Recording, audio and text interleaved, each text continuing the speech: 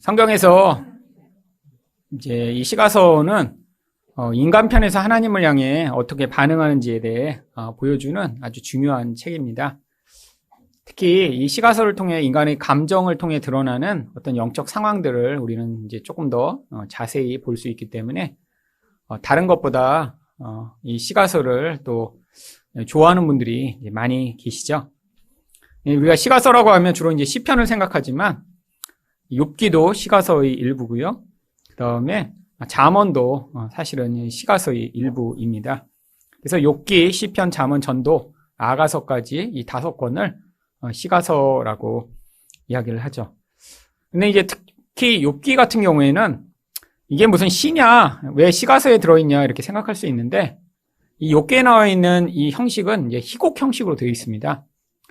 뭐 비슷한 양식에는 이제 서사시라고 하는 이제 장르가 있죠. 원래 서사시는 이제 일리아드나 오디세이 같은 이제 그런 책들이 이제 서사시라고 하거든요.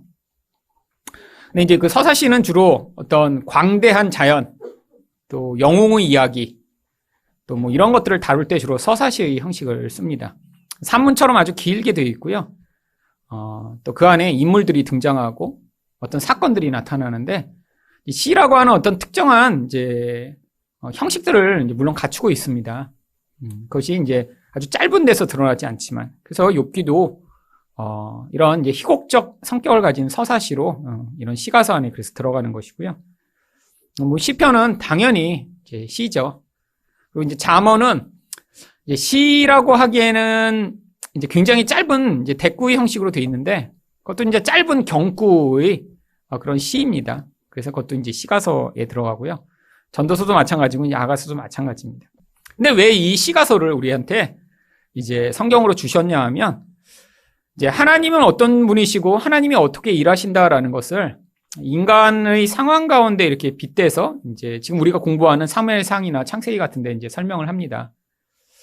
이제 내러티브라고 하는 어떤 특정한 양식을 통해 하나님이 어떠신 분이고 하나님이 인생 가운데 어떻게 개입하시는지를 우리가 생생한 그림으로 볼 수 있도록 할 때는 이런 내러티브를 사용하는데요. 이제 하나님이 직접 어떠신 분이신다라는 것을 경험하고 그것들을 느낀 사람들이 그 입술을 통해 하나님을 고백하게 하는 방식으로 이 시가서가 존재하고 있는 것입니다. 내러티브에선 하나님은 이러십니다라고 직접 고백하는 부분은 굉장히 짧아요. 하지만 오늘 본문만 해도 우리가 볼 때는 예를 들면 그렇죠. 다윗이 블레셋으로 갔습니다.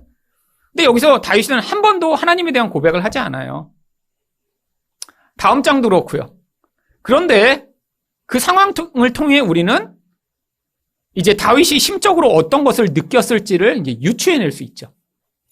하지만 시가서에서는 아주 선명하게 하나님은 이런 분이십니다라고 고백을 합니다. 그리고 이 시가서마다 그 하나님의 어떠한 그런 찬양 받으실 만한 속성들을 특별히 강조적으로 이제 묘사하고 있어요. 이 욥기가 이제 묘사하는 하나님의 속성 가운데 첫 번째는 전능하심입니다. 욥기 전체를 통해서 하나님의 전능하심을 보여주시고자 사실 그 긴 이야기를 쓴 거예요.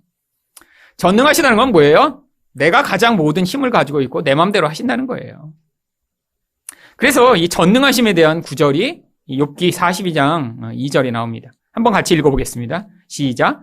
주께서는 못하실 일이 없사오며 무슨 계획이든지 못 이루실 것이 없는 줄 아오니. 여러분, 하나님이 모든 주권을 가지시고 그 전능하심을 행하신다면 사실 그것에 복종하는 자는 어떤 일이 벌어져도 그것을 순복하고 따라야 하는데 욥의 경우에는 어떤 일이 벌어졌나요? 자기가 스스로 자기를 의롭게 여김으로 말미암아 의로운 사람에게는 이런 일이 벌어지면 안 된다라고 하는 자기 전제를 가지고 하나님의 주권을 계속해서 거부했던 것입니다. 의롭다고 인생에서 고난을 안 당하나요? 근데 고대에는 모든 사람들이 이 인과응보적 사상에 아주 그냥 물들어 있었어요. 근데 지금 우리도 많이 그렇습니다. 여러분 만약에 누군가 이렇게 뭘 하다가 이렇게 망하거나 문제가 생기면 항상 어떤 생각이 들죠? 뭔가 문제가 있을 거야 저 집에. 이런 생각이 우리한테 자연스럽게 듭니다. 그리고 내게 무슨 나쁜 일이 닥치면 또 어떻게 생각이 들어요? 뭔가 하나님이 날 벌 주시나? 이런 생각이 드는 게 그게 자연스러운 거예요. 근데 생각해 보세요. 내가 의롭다고 생각했는데 내가 충분히 하나님이 원하시는 수준과 그런 일들을 하고 있다고 생각했는데 그런 감당할 수 없는 그런 고난이 닥치게 되면 욥과 같은 반응이 나타나는 것이 당연합니다. 이게 바로 인간의 본질이라는 거예요. 근데 하나님이 모든 주권자이며 전능하신 분이시기 때문에 어떤 일을 행하셔도 괜찮다라는 거예요. 물론 그러니까 하나님이 악한 하나님이라 임의대로 어떤 사람한테 벌 주고 힘들게 하고 그러신 분은 아니십니다. 근데 하나님이 그런 어떤 사람에게 우리가 볼 땐 겉으로 굉장히 의롭고 좋은 사람이지만 그 사람의 인생 가운데도 그런 인과응보적으로 반응하시지 않고 하나님의 계획과 목적을 이루기 위해 개입하시더라도 그것들을 받아들이기를 원하시는 거예요. 여러분, 예수 잘 믿으면 이 땅 가운데 다른 사람보다 더 문제가 없거나 예수 잘 믿고 충성한다고 해서 어려운 일을 피해가지 않습니다. 어쩌면 예수 잘 믿기 때문에 하나님이 그 사람한테는 다른 사람한테 요구하시지 않는 더 높은 수준을 요구하실 수도 있어요. 그리고 그런 높은 수준을 내가 순종하여 받아들였다고 그거에 대한 보상을 여기서 주시지 않습니다. 근데 우리는 그게 안 돼서 자꾸 힘든 거예요. 여러분, 욥도 이전에 하나님을 잘 알고 있었어요. 하나님을 그러니까 경외하고 열심히 섬기던 자였는데 그 고난의 과정을 깊이 지나고 났더니 이게 바로 욥의 입에서 나오는 진실한 고백인 거죠. 여러분, 그리고 이제 시편에서도 하나님을 이제 다양한 하나님의 성품을 찬양합니다.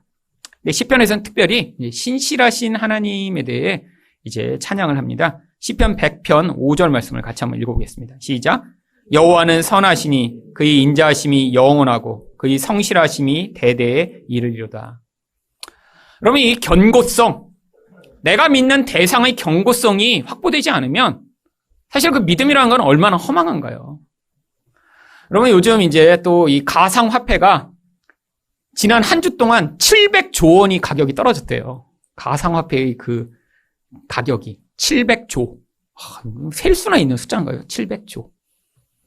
여러분, 근데 올해 초만 해도 비트코인이 2천만 원이 넘어갔습니다. 비트코인 하나가. 사람들이 거기에 몰빵했죠. 그래서 젊은 사람들 가운데 1억 천금을 노린 사람들이. 그런데 지금 비트코인이 이제 500만 원도 안 되더라고요. 그러면서 이제 계속 비트코인 말고도 뭐 코인이 수없이 많습니다. 그래갖고 이제 다 지금 하락하고 있는데 만약에 그것에 자기 재산을 넣은 사람은 지금 얼마나 힘들까요? 뭔가 믿었던 거죠. 나도 1억 천금을 노려 부자 될 거라고. 근데 그 대상이 어땠어요? 일반 화폐도 아니고 땅도 아니고 사실은 전혀 그 견고성을 보장할 수 없는 어떤 대상이었는데 사실 실체가 없는 거잖아요. 실체가. 뭐가 실물이 있고 거기에 값어치를 매긴 게 아니라 없는 가상, 그러니까 가상의. 거기다가 자기 신뢰를 해버리는 순간 그게 무너지는 순간 자기 인생도 지금 힘들어진 거죠. 이 가상화폐라는 사람들은 그래서 믿음이 좋은 사람들이더라고요. 없는데 거기 믿음을 발휘해야지만 할 수 있어요, 이건. 저는 믿음이 없어서 못했습니다. 예수 말고 믿는 모든 거는 다 가짜예요, 솔직히. 여러분, 부동산, 한국은 부동산 불패라고 하지만 반드시 패할 날이 올 것입니다. 여러분, 그리고 예수 믿는 사람은, 세상 사람한테는 불패일지 몰라요. 예수 믿는 사람한테는 부동산도 견고한 게 될 수가 없죠. 여러분, 자기 때에 아무리 뭐 많은 건물을 가져서 뭐예요? 영원히 그 건물 많이 가진다고 영원히 사나요? 그러니까 그 견고하지 않은 이 세상의 모든 눈에 보는 것. 그래서 하나님이 우리한테 하나님의 그 성실하심, 영원하심, 견고하심을 믿으라고 하는 것이고, 그래서 내가 믿고 의존했던 어떤 대상이 무너지고 그게 견고하지 않은 것을 발견하며 그 자리에서 하지만 하나님이 우리를 성실하게 영원히 붙들어 주신다는 걸 경험한 자만이 바로 이 하나님에 대한 찬양을 하는 것입니다. 이 성실하심과 신실하심과 영원하심을 찬양하는 거죠. 바로 이 시편에는 그런 찬양들이 아주 가득합니다. 여러분, 시편에 다윗이 쓴 시편이 이제 75편 정도가 되거든요. 근데 이 다윗이 계속 고백하는 게 뭐예요? 얼마나 불안한 인생을 살았는데 하나님이 그를 얼마나 견고하게 붙들어 주셨는가를 계속 고백합니다. 그래서 하나님이 바위가 되시고 하나님이 피난처가 되시고 하나님이 나를 보호해 주시는 방패가 되시고 사실 삶을 통해 경험하는 거죠. 자, 잠언에서는 특별히 지혜를 얘기하죠. 자, 근데 잠언에서 얘기하는 지혜가 뭔가요? 결국 하나님이 가지신 그 전지하심입니다. 그래서 잠언 21장 30절을 한번 같이 읽겠습니다. 시작. 지혜로도 못하고 명철로도 못하고 모략으로도 여호와를 당하지 못하느니라. 쉬운 말로 얘기하면 하나님과 같은 지혜와 지식을 가지신 분이 없다라는 거예요. 그러니까 인간이 그 하나님 빼고 자기 스스로 판단하고 결정하고 하는 모든 근거가 자기나 눈에 보는 것에 있으면 이 하나님의 그 지혜 앞에 결국에는 얼마나 무지하고 어리석은가 들킬 수밖에 없다라는 것입니다. 여러분, 그래서 잠언의 주제가 이제 시가서가 자주 사용하는 방법이 나중에 보면 이 대조적 대꾸거든요. 대조되는 것을 자꾸 보여주고자 이 잠언에선 두 가지 유형의 이런 지혜롭지 못한 모습을 나타냅니다. 하나는 어리석은 자죠. 또 하나는 어떤 자예요? 게으른 자입니다. 여러분, 게으르다는 게 여러분 주일날 오실 때 이렇게 맨날 주일마다 늦잠을 주무셔서 늦게 오시는 이런 건 또 생활의 게으름이죠. 생활의 게으름. 근데 성경이 얘기하는 게으름은 그런 걸 얘기하는 게 아니에요. 좀 더 눕자, 좀 더 자자. 이러면 궁핍이 그냥 도둑처럼 몰려온다. 그리고 이와 같이 책 쓰신 분도 계세요. 게으름이라고. 그랬더니 베스트셀러가 됐습니다. 이 게으름이란 책이. 얼마나 우리가 그런데 양심의 가책을 많이 받는지. 근데 그런 얘기 하는 거 아니에요. 그래서 열심히 살자, 그냥. 매일 새벽 5시에 일어나고, 그냥. 여러분, 그런 얘기 하는 게 아니라, 왜 잠언에서 특히 이 어리석음과 게으름을 얘기하냐면, 여러분, 지혜랑 반대되는 속성이기 때문입니다. 지혜의 본질적 속성은 뭐냐면, 영적이에요. 눈에 보이는 이 물질적 세상에 한계도 있지 않고 그것을 뛰어넘는 하나님의 그 지혜. 근데 이 물질적 세상을 뛰어넘다 보니까 또 무엇을 뛰어넘냐면 시간도 초월합니다. 그래서 공간과 시간을 초월하는 지혜이기 때문에 여러분, 이 시간을 초월하니까 그 미래적인 것을 받아들이지 않는 사람은 뭐에 함몰돼 살겠어요? 현재에 함몰돼 삽니다. 지금 나에게 좋은 것, 지금 내가 기뻐하는 것, 지금 내가 의존할 만한 것만을 바라보고 사는 게 그게 게으름이에요. 늦잠 자고 이런 게 게으름 아니에요. 성경이 얘기하는 게으름은 지금밖에 못 보는 거예요. 근데 성경은 자꾸 우리에게 어떤 지혜를 갖기를 원해요? 이 눈에 보이는 지금 말고 그것을 뛰어넘는 미래, 하나님 나라를 바라보라고 자꾸 요구하는데 그걸 보며 지금 현재의 눈에 보는 것을 뛰어넘는 반응을 할 수 있는 사람들은 지혜로운 사람이 된 거죠. 또 한 가지, 바로 영적인 지혜는 물질적 세상을 뛰어넘어 눈에 보이지 않는 그 하나님 나라의 영역을 내 삶에서 받아들여 반응하는 것. 그게 지혜라는 거예요. 결국 성도가 그래서 배워야 될 두 가지 지혜가 바로 그 지혜입니다. 영원한 것을 바라보며 영적인 것을 내가 이해해 단순히 눈에 보이는 지금 이곳을 뛰어넘는 삶을 살 수 있는 거예요. 그게 바로 그걸 경험한 자들이 고백하는 게 이 잠언의 고백이죠. 자, 전도서에는 또 하나님의 영원하심을 찬양하고 있습니다. 전도서 3장 14절 읽어볼게요. 시작. 하나님께서 행하시는 모든 것은 영원히 있을 것이라. 그 위에 더 할 수도 없고 그것에서 덜 할 수도 없나니 하나님이 이같이 행하심은 사람들이 그의 앞에서 경외하게 하려 하심인 줄 내가 알았도다. 여러분, 이 전도서의 주제는 헛되다라는 게 아닙니다. 여러분, 이 전도서 전체는 대조적 대꾸라는 양식으로 써진 거예요. 이게 어떤 양식이냐면 엄마들이 이제 애들 야단친 때 쓰는 이제 주로 방식입니다. 어떤 식으로 야단치냐면, 야, 너 이렇게 공부 안 하면 나중에 그냥 공부 이렇게 못하고 그냥 나중에 힘들어지고 그냥 이 공부 안 하면 이렇게 그냥 인생이 망할 거야. 계속 나쁜 얘기를 하는 거예요. 공부 안 하면 어떻게 되는지. 그리고 끝내 뭐라고 그래요? 그러니까 공부 열심히 해야지. 이렇게 안 되려면. 이게 바로 대조적 대꾸인데 전도서의 양식입니다. 전도서에서 계속 무슨 얘기를 해요? 헛되다, 헛되다, 헛되다, 헛되다. 왜 이야기하냐면 이 눈에 보이는 세상, 거기서 쾌락을 추구하고 자기 만족을 추구하고 자기 영광을 추구하고 이 모든 거는 헛된데 뭐만 남는다? 영원한 하나님을 경외하여 그분을 섬기는 것만 남는다. 그래서 이렇게 하면 안 돼, 이렇게 하면 헛돼, 이렇게 하면 헛돼요. 계속 헛된 걸 얘기한 다음에 마지막에 경외하라, 경외하라. 그리고 빨리 깨달아라. 언제? 나이가 늙기 전에 젊어서. 그래서 이 대조를 통해 나중에 마지막에 강조하는 것을 강조하고자 쓰는 방식이 이 대조적 대꾸입니다. 이게 시가서의 양식이에요, 원래. 그걸 이제 장을 여러 장으로 늘려놨기 때문에 읽으면 도대체 무슨 얘기를 하는 거야? 이게 왜 헛되다만 계속 나오고. 그런데 그 마지막 장 읽으시면 돼요. 그냥 늙기 전에 여호와를 경외하고 지금 그렇게 하나님 모른 채로 사는 모든 거는 영원하지 않아서 헛된 거야. 이 얘기 해준 거예요. 결론은 그건데 앞에 너무 이게 이제 서론이 길어서 사람들이 헷갈린 거죠. 이거 대조하라고 그런 거예요. 야단 많이 맞아보신 분들은 압니다. 야단 많이 맞을 때 그냥 나쁜 얘기 해. 이렇게 하면 인정도 안 됐고 이렇게 하고 나중에 뭐가 되겠니? 막 하다가 나중에 그러니까 그냥 열심히 하라고. 이렇게 한마디만 이렇게 할 때. 잘못된 야단 방법인데 성경에도 이 시가서는 이렇게 쓴 거예요. 자, 마지막으로 아가서는 우리 다 알고 계시죠? 하나님의 놀라운 사랑에 대해서 이야기를 합니다. 아가서 8장 7절 읽겠어요. 시작. 많은 물도 이 사랑을 끄지 못하겠고 홍수라도 삼키지 못하느니 사람이 그의 온 가산을 다 주고 사랑과 바꾸려 할지라도 오히려 멸시를 받으리라.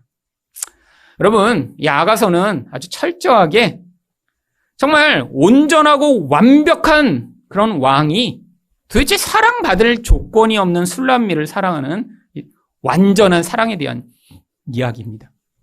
여러분, 도저히 사랑받을 조건이 안 되는데 사랑하니까 술람미가 계속 어떻게 돼요? 계속 혼란을 겪는 거예요. 왜 나를 사랑하지? 아니, 저렇게 아름답고 예쁜 그런 여자들이 많은데 왜 나를 사랑하지? 저 예루살렘 여자들 저렇게 피부도 하얗고 예쁜데 왜 나같이 얼굴 까만 나를 사랑하지?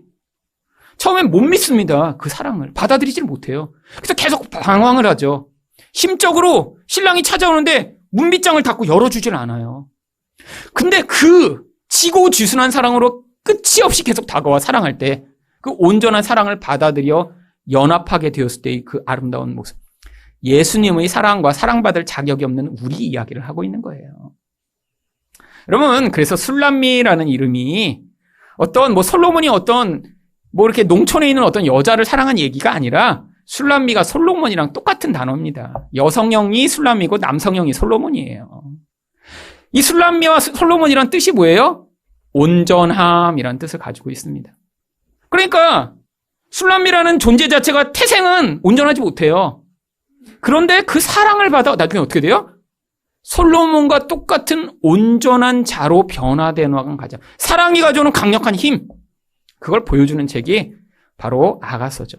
하나님은 우리를 그렇게 사랑하신다고 성경에 써 있잖아요. 우리가 사랑받을 자격이 없는데 하나님이 계속 사랑해 오십니다. 그러니까 어떻게 돼요? 그 온전한 하나님처럼 우리도 그리스도와 같은 장성한 분량에 이르게 하신다라는 약속. 그래서 우리를 그 온전한 사랑으로 이끌어 가시는 이야기가 바로 아가서에 기록되어 있죠. 문제가 있는데 이 시가서를 이해할 때 왜 시가 어렵냐면 시가서는 그 시가서에서만 사용하는 특별한 양식이 있습니다. 그걸 이해를 못하면 이 시가서를 읽고도 이제 뜻이 뭔지 잘 알지 못하죠. 왜냐하면 시적 언어는 우리가 일상적으로 쓰는 언어와는 아주 차이가 있는 언어를 씁니다. 그래서 시 언어의 특징이 뭐가 있냐면 첫 번째는 함축적이에요. 단어에다가 많은 뜻을 담아 놓습니다.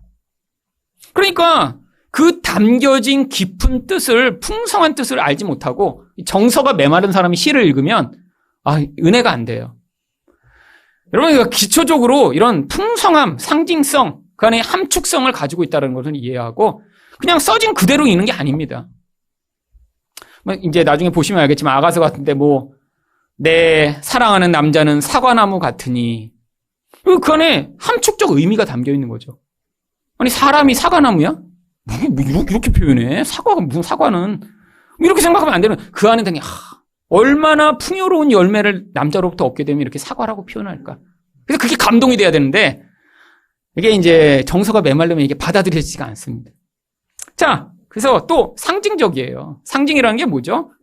눈에 보는 것을 통해 어떤 보이지 않는 이미지를 담아서 그 안에 보여주는 것입니다. 그 다음에 운율이 있어요, 운율이.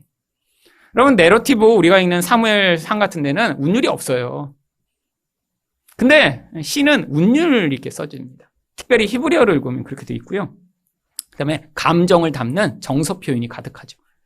그래서 이 감성적인 부분에서의 풍성함이 이 시가서를 더 은혜롭게 누리게 만드는 도구입니다.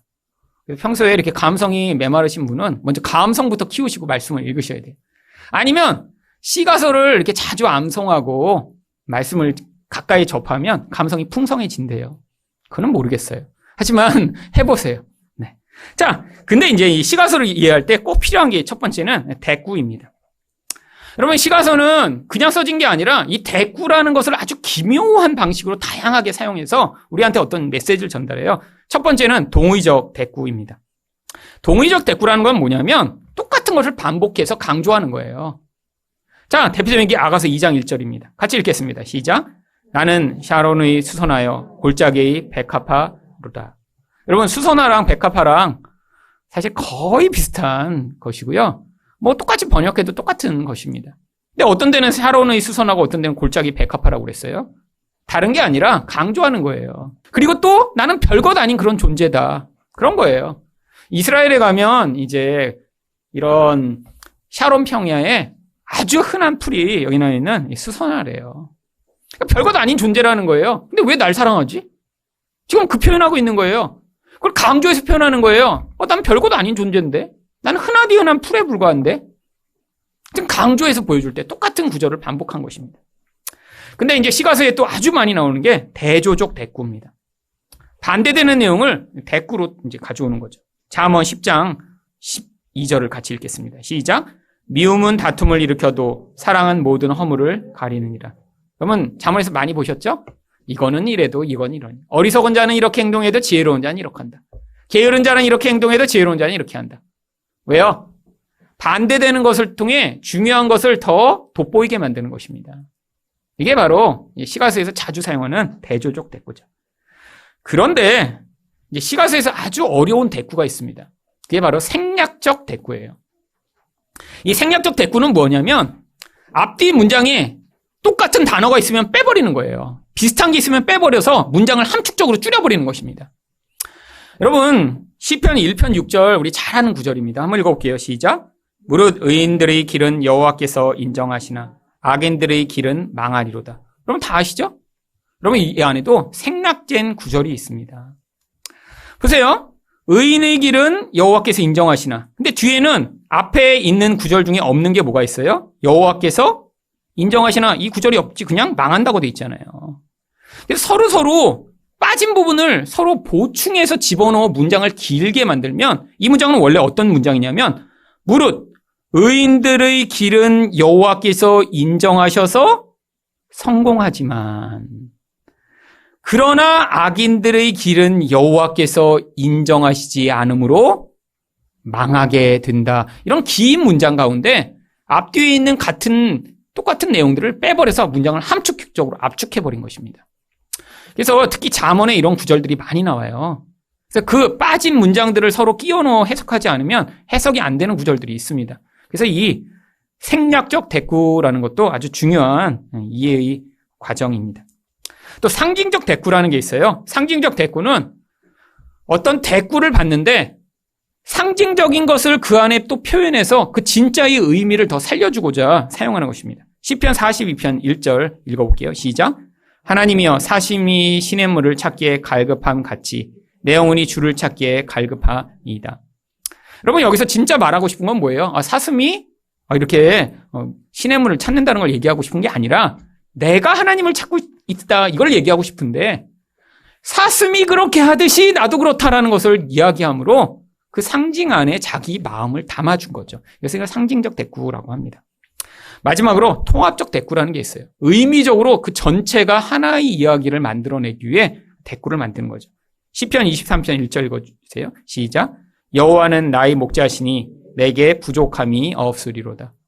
여러분 여호와가 목자하십니다. 이것도 하나의 완벽한 문장이고 내게 부족함이 없다라는 것도 문장인데 이 두 개가 대조로 오거나 아니면 이제 유사한 게 온 게 아니라 서로의 의미를 종합해서 합쳐서 한 가지 의미를 전달하는 거예요. 목자의 이미지 가운데 가장 중요한 이미지가 뭐죠? 공급하는 것입니다. 그래서 그 공급자로서의 하나님을 앞에 이야기하며 뒤에 그 공급으로 말미암아 내가 어떻게 그 풍요로움을 누리고 있는지를 그 의미 안에 담아놓는 거죠. 이게 원래 시가서가 표현하는 그런 시적 양식입니다. 이 대꾸, 대조 이런 표현들이. 자, 그 다음에 이제 문학적 수사법도 이 시에는 아주 자주 등장합니다. 자, 첫 번째는 비유법이에요. 이제 이 문학적 수사법까지 가면 이제 중학교 때 이거 원래 중학교 1학년 때 배우거든요. 중학교를 졸업하신 지가 지금 이제 40년쯤 되신 분들은 가물가물 이제 하죠. 중학교 1학년 가시면 이제 여러분들이 이제 C를 배우면서 이걸 처음에 배웁니다. 직유법, 은유법. 조금 기억이 나실 것 같으세요? 네. 자, 직유라는 건 뭐죠? 뭐를 비유하는데 그냥 직접 비유해요. 뭐뭐 같다. 이게 바로 아가서 2장 3절입니다. 읽겠습니다. 시작. 남자들 중에 나의 사랑하는 자는 숲풀 가운데 사과나무 같다. 뭐뭐 같다. 너 호빵 같아. 이건 뭐예요? 직유법. 뭐뭐 같다. 근데 그냥 너 호빵이야. 이러면 직접 비유한 거니까 그거는 은유법. 그래서 뭐뭐 같다라는 표현으로 할 때만 직유라고 합니다. 자, 그 다음에 그래서 그 뒤에 은유법은 아가서 4장 12절 읽어볼게요. 시작. 내 누이 내 신부는 장근 동산이요 덮은 우물이요 봉한 세미로다. 그러면 누이가 동산이에요? 그건 아니죠. 근데 그거를 은유적 비유로 그 안에 포함한 것이죠. 자, 그 다음에 이제 한글로는 거의 표현이 안 돼 있는데 두음법이라는 법칙이 나옵니다. 원래 히브리어나 이런 걸로 읽어야지만 이 두음법을 알 수 있어요. 그래서 앞자를 중간에 나오는 단어를 똑같은 단어를 반복하는 것입니다. 그 알파벳을. 근데 영어도 이런 표현 굉장히 많거든요. 근데 이제 한글은 이런 표현들을 잘 안 씁니다. 하지만 이제 한글로는 한번 잠언 17장 8절 한번 읽어볼게요. 시작. 뇌물은 그 임자가 보기에 보석 같은즉 그가 어디로 향하든지 형통하게 하느니라. 이거를 이렇게 두음법을 살려서 특별히 번역을 하는 것은 한국에는 어렵습니다. 근데 영어는 그렇게 하는 경우들이 많이 있어요. 특히 이제 영어 번역 가운데 킹 제임스 버전이 그런 식으로 번역을 많이 했습니다. 똑같은 단어가 있으면 일부러 짜맞추듯이 그렇게 한 구절들이 굉장히 많이 나오는데 제가 대표적인 구절 하나만 갖고 왔어요. 영어로 보면 여기에 많은 단어들이 뭐로 시작하나요? P로 시작합니다. 그래서 원래 뇌물이라는 것도 gift라는 단어도 있는데 여기는 present라는 단어를 썼고요. 그 다음에 보석 같다도 precious 또 P로 나오죠. 그 다음에 그걸 가지고 있는 자도 possessor 또 P로 나오고 뒤에 또 형통한다도 prosper. 그래서 한 문장에 P로 시작하는 걸 여러 번 반복해서 그 발음을 통해서 뭔가 강조하고 있는 표현들을 하고 있는 거죠. 근데 이제 히브리어에도 이런 이제 양식으로 이제 특별히 사용하는 경우들이 많이 있습니다. 자, 또 시편에 많이 나오는 표현인데요. 신인 동형적 표현입니다. 하나님이 인간인 것처럼 표현하는 거예요. 하나님이 손도 있으시고 눈도 있으시고. 그러면 하나님 손이나 눈 없으세요, 솔직히. 하나님의 손은 하나님의 능력을 비유하는 거고 하나님의 눈은 하나님이 우리를 세심하게 관찰하고 계심을 보여주고자 하는 거죠. 그래서 시편 11편 4절 읽어보겠습니다. 시작. 여호와께서는 그의 성전에 계시고 여호와의 보좌는 하늘에 있으며 그의 눈이 인생을 그의 안목이 그들을 감찰하시도다. 여러분 하나님이 눈으로 이렇게 직접 보고 계신 게 아닌데 마치 인간인 것처럼 우리에게 하나님이 이러신 분이시다라고 이야기를 해주는 것입니다. 또한 성경에 의인법도 자주 나옵니다. 이 의인법은 원래 무생물이나 사람이 아닌데 사람인 것처럼 표현하는 거예요. 잠언 8장 12절 읽겠습니다. 시작. 나 지혜는 명철로 주소를 삼으며 지식과 근신을 찾아 얻나니. 바로 지혜가 사람이 아닌데 마치 내가 막 지혜가 다니면 사람을 찾아내는 것처럼 표현을 하죠. 의인화한 것입니다. 그 다음에 이제 마지막으로 아크로스틱이라고 하는 특별한 히브리어의 표현 양식이 있습니다. 이건 이제 한글로 번역을 제가 해보려고 했는데 잘 안 되더라고요. 아크로스틱은 뭐냐면 이 히브리어가 알파벳이 22개예요. 근데 그 22개의 알파벳으로 이제 C를 쓸 때만 어떤 특정한 양식을 사용한 것입니다. 대표적인 게 시편 119편인데 여러분 119편을 나중에 펴보시면 119편은 어떻게 되냐면 8절씩 22개의 연으로 이루어져 있습니다. 근데 그 8절씩 22개의 연이 어떻게 되냐면 앞자가 다 그 8개가 같은 히브리어 문자로 시작을 해요. 히브리어 제일 처음에 시작하는 첫 번째 알파벳이 알렙입니다. 알렙. 근데 그래서 119편 1절부터 8절까지를 히브리어를 읽으면 알렙으로 시작하고 그 8개가 다 알렙으로 시작해요. 그 단어를 그냥 그 알렙으로 시작하는 단어를 찾아서 거기서 시작을 합니다. 신기하게도. 두음법과 아크로스틱이죠.